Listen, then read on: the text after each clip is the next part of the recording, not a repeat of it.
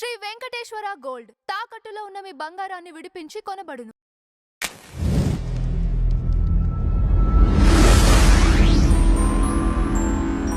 నమస్కారం రాజేష్ గారు. నమస్కారం. సో కూటమి వచ్చిన తర్వాత నుంచి ఏపీలో పెట్టుబడులు వరుసగా కొనసాగుతూనే ఉన్నాయి. సో ఇప్పుడు ఈ రీసెంట్గా ఈ మెటల్ స్టీల్ ప్లాంట్ పైన మీ అభిప్రాయం ఏంటండి? ఇప్పుడు వాస్తవంగా దశాబ్దాల క్రితం విశాఖ ఉక్కు ఆంధ్రుల హక్కు అని చెప్పనే స్లోగను, ఉద్యమం, 32 మంది బలిదానాలతో విశాఖపట్నంలో ఒక స్టీల్ ప్లాంట్ వచ్చింది పబ్లిక్ సెక్టార్లో. రైట్. అటువంటి స్టీల్ ప్లాంట్ అక్కడ ఏర్పాటు అయిన పర్యవసానం విశాఖపట్నాన్ని స్టీల్ సిటీ ఆఫ్ ఇండియా అని చెప్పని అంటారు. మరి ఇవాళ అదే స్టీల్ సిటీకి చెంతనే విశాఖపట్నం ఎకనామిక్ కారిడార్ అని చెప్పని ప్రభుత్వం ప్రకటించిన పూర్వ విశాఖ జిల్లాలో, అనకాపల్లి అనేది పూర్వ విశాఖ జిల్లా, ఆ జిల్లాలోనే అంతకన్నా పెద్దది ఇంకొక స్టీల్ ప్లాంట్ గ్రౌండింగ్ అవుతుంది అని అంటే మరి విశాఖపట్నం అనగానే మొట్టమొదటి మనకు గుర్తొచ్చేది విశాఖ ఉక్కు షిప్ యార్డు. ముందు మనకు ప్రధానంగా ఈ రెండు గుర్తొస్తాయి. ఇవాళ ఇంకొక ఉక్కు కర్మాగారం, దానికి అనుబంధంగా ఇంకొక క్యాప్టివ్ పోర్ట్ కూడా రాబోతుంది. వాళ్లే నిర్మాణం చేసుకుంటా ఉన్నారు. ఓకే. ఆ సంస్థ కోసం ఒక డెడికేటెడ్ పోర్టును వాళ్ళు నిర్మాణం చేసుకుంటా ఉన్నారు. అంతటి భారీ పెట్టుబడి, 1,00,000 మందికి ప్రత్యక్షంగా పరోక్షంగా ఉపాధి కల్పించగలిగిన ఒక భారీ పరిశ్రమని రాష్ట్రంలో గ్రౌండింగ్ చేయిస్తున్న నేపథ్యంలో ఇప్పుడు ఇక్కడ ఇద్దరండి, ఆర్సిలర్ మెటల్ గ్రూప్, ఓకే, అలాగే జపాన్కి సంబంధించిన నిప్పన్ స్టీల్స్ గ్రూప్, వీళ్ళిద్దరూ కలిపి జాయింట్ వెంచర్గా ఒక పరిశ్రమ భారతదేశంలో విశాఖపట్నం జిల్లా, పూర్వ విశాఖపట్నం జిల్లా, ప్రస్తుత అనకాపల్లి జిల్లా నక్కపల్లి గ్రామం దగ్గర ఏర్పాటు చేస్తూ ఉన్నారు.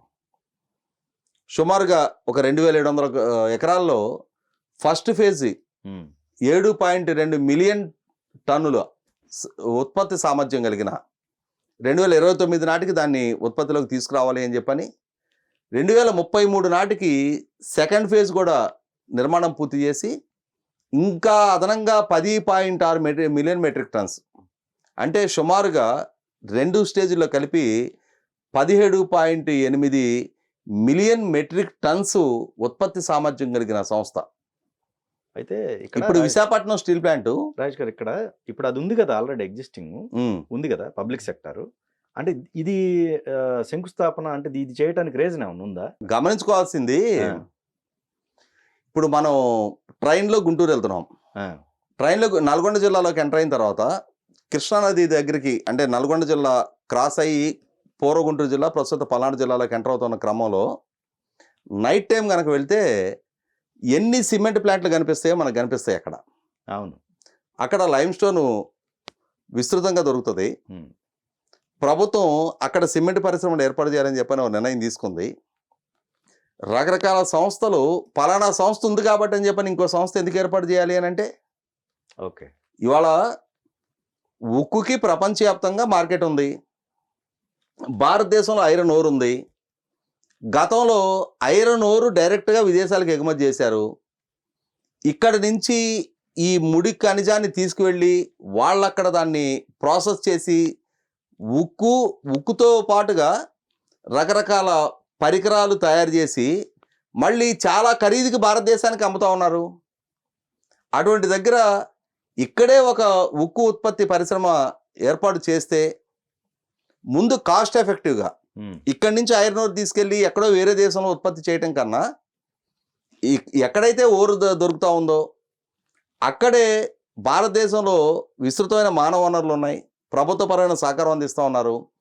ఆంధ్రప్రదేశ్ రాష్ట్రంలో ఆ పరిశ్రమ ఏర్పాటుకు కావాల్సిన అన్ని రకాల వసతులు ప్రభుత్వ పరంగా వాళ్ళకి భూ కేటాయింపులు చాలా వేగంగా ల్యాండ్ అక్విజిషన్ చేసి ఇవ్వటం, ప్రభుత్వ పరంగా 4 లేన్ రోడ్డు కనెక్టివిటీ ఏర్పాటు చేయటం, నేషనల్ హైవే నెంబర్ 16కి ఇమ్మీడియట్గా కనెక్టివిటీ ఇవ్వటం, వాళ్లే ఒక క్యాప్టివ్ పోర్ట్ నిర్మాణం చేసుకోవడానికి అనుమతులు ఇవ్వటం.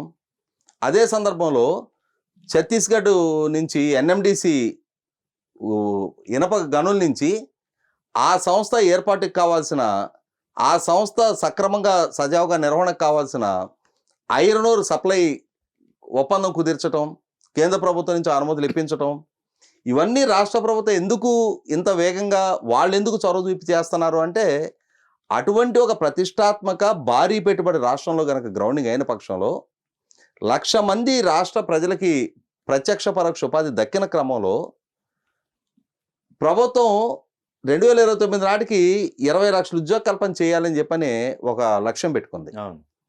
దానికి అనుగుణంగా నవంబర్ 14-15 జరిగిన సిఏఏ కన్వెన్షన్ కానీ, దావోస్ పర్యటనలు కానీ, రాష్ట్ర ప్రభుత్వం విడిగా వివిధ పారిశ్రామిక సంస్థలతో జరుపుతున్న చర్చల పరంగా కానీ, విశాఖపట్నంలో 2029 నాటికి 5 లక్షల ఐటీ అండ్ ఐటీ ఎనేబుల్డ్ జాబులే క్రియేట్ చేయాలని చెప్పని IT and HRD minister Nara Lokesh ఒక లక్ష్యంగా పెట్టుకున్న తీరు కానీ, ఇవన్నీ చూసినప్పుడు రాష్ట్రంలో పెట్టుబడి పెట్టడానికి ఆసక్తి ఉన్న ఎన్ని సంస్థలు ఉంటే, ఎన్ని పెట్టుబడులు పెట్టడానికి ఎంతమంది ముందుకు వస్తే అంతమందిని స్వాగతించి దానికి కావాల్సిన ఏర్పాట్లు చేయడానికి ప్రభుత్వం సిద్ధంగా ఉంది.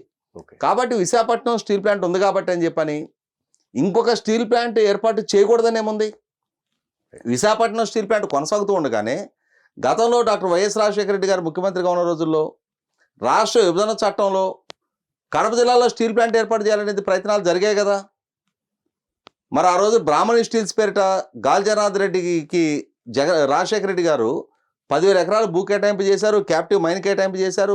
కాకుంటే తర్వాత రోజులు అది పెద్ద కుంభకోణంగా మారింది, జైలు పాలయ్యారు, ఐఏఎస్ అధికారులతో కూడా కలిపి జైలు చూశారు తప్ప, విభజన చట్టంలో కూడా కడప జిల్లాలో స్టీల్ ప్లాంట్ ఏర్పాటు చేయాలనేది ప్రతిపాదన ఉంది కదా. దానికి అనుగుణంగానే చంద్రబాబు నాయుడు గారు, రాజశేఖర రెడ్డి గారు ఒకనాడు శంకుస్థాపన చేశారు బ్రాహ్మణ స్టీల్స్ పేరిట. తర్వాత చంద్రబాబు నాయుడు గారు ఒకసారి శంకుస్థాపన చేశారు, జగన్మోహన్ రెడ్డి గారు 2 సార్లు శంకుస్థాపన చేశారు. మళ్ళీ ఇప్పుడు చంద్రబాబు నాయుడు గారి టెన్యూర్లో జేఎస్డబ్ల్యూ సంస్థతోటి కడప జిల్లాలో ఇంకొక స్టీల్ ప్లాంట్ ఏర్పాటు కోసం కూడా ప్రయత్నాలు జరుగుతూ ఉన్నాయి. 2029 నాటికి దాన్ని కూడా ఒక షేప్కి తీసుకురాగలమని చెప్పని ప్రభుత్వం అష్యూర్ చేస్తూ ఉంది. కాబట్టి రాష్ట్రంలో మరి వాళ్ళ విశాఖపట్నం, ఆర్సిలర్మిట్టల్, అలాగే జేఎస్డబ్ల్యూ 3 స్టీల్ ప్లాంట్లు నిర్మాణం జరుగుతూ ఉన్నాయి. ఓకే. రాష్ట్రంలో రాష్ట్ర యువతకి, లక్షలాదిగా ఉన్న నిరుద్యోగ యువతకి ఉపాధి కల్పనకి ఎన్ని రకాల మార్గాలు ఉంటే అన్ని రకాలుగా ప్రభుత్వం ఎక్సర్సైజ్ చేస్తూ ఉంది. ఓకే. కాబట్టి వాళ్ళ 1,60,000 కోట్ల రూపాయల ఒక భారీ పారిశ్రామిక పెట్టుబడి ప్రతిపాదన రాష్ట్రానికి వచ్చినప్పుడు రాష్ట్ర ప్రభుత్వం అంతే వేగంగా స్పందిస్తుంది. పరిశ్రమలు రప్పించాలి, పెట్టుబడులు పెట్టించాలి, తద్వారా ఉపాధి కల్పన జరగాలి. ఆ ఉపాధి కల్పన ద్వారా మార్కెట్ పొటెన్షియాలిటీ పెరగాలి, మార్కెట్ ప్రాస్పెక్ట్స్, కొత్త మార్కెట్ అవకాశాలు పెరగాలి, తద్వారా వెల్త్ జనరేషన్ జరగాలి, వాటి ద్వారా ప్రభుత్వానికి ట్యాక్స్ రెవెన్యూస్ పెరగాలి అనేది ఒక ఆరోగ్యకర పరిణామ క్రమం. రైట్. ఆ దిశగా ఎన్డీఏ కూటమి ప్రభుత్వం అడుగులేస్తూ ఉంది. రాష్ట్రంలో ఉన్న లక్షలాది నిరుద్యోగ యువతకు ఉపాధి కల్పన దిశగా ప్రభుత్వం ప్రయత్నం చేస్తూ ఉంది. ఈ క్రమంలో అంది వచ్చిన ప్రతి అవకాశాన్ని సద్వినియోగం చేసుకుంటూ ఒక టైం బౌండెడ్ షెడ్యూల్లో వేగంగా స్పందించడం, వేగంగా సంస్థలతో సంప్రదింపులు జరపడం, వేగంగా వాళ్ళని ఒప్పించడం, ఆ సంస్థలని భూమి పూజ దిశగా ప్రభుత్వ పరంగా చేయాల్సిన అన్ని ఏర్పాట్లు చేసేసి వాళ్ళకి అష్యూర్ చేసిన అన్ని వెసులుబాట్లు ప్రభుత్వ పరంగా వాళ్ళకి కల్పించేసి రాయితీలు, భూ కేటాయింపులు, road connectivity, rail connectivity, power availability, water availability, ఇటువంటివన్నీ ప్రభుత్వ పరంగా సహకారం వేగంగా ప్రొవైడ్ చేయడం ద్వారా ఇవాళ 2029 నాటికి 2024 ఎన్నికలకు ముందు తాము ఇచ్చిన 20 లక్షల ఉద్యోగ కల్పన సాధించి తీరుతామనే నమ్మకాన్ని ఎన్డీఏ కూటమి వ్యక్తం చేస్తూ ఉంది. 20 లక్షల మందికి కనుక పొటెన్షియల్ ఎంప్లాయ్మెంట్ కనుక దక్కిన పక్షంలో దాని ఇంపాక్ట్ ఇంకొక 40-50 లక్షల మందికి పరోక్షోపాధి దక్కడానికి ఆస్కారం ఉంటుంది. ఆల్రెడీ రాష్ట్రంలో ఇప్పుడు పొందుతున్న ఉపాధి అవకాశాలకి అదనంగా ఇంకొక 60-70 లక్షల మందికి అదనపు మెరుగైన జీవన ప్రమాణాలతో కూడిన ఉపాధి అవకాశాలు కనుక దక్కినప్పుడు ఖచ్చితంగా రాష్ట్ర ఆర్థిక స్థితిగతులు, రాష్ట్ర అభివృద్ధి ముఖచిత్రం కూడా మారటం ఖాయం.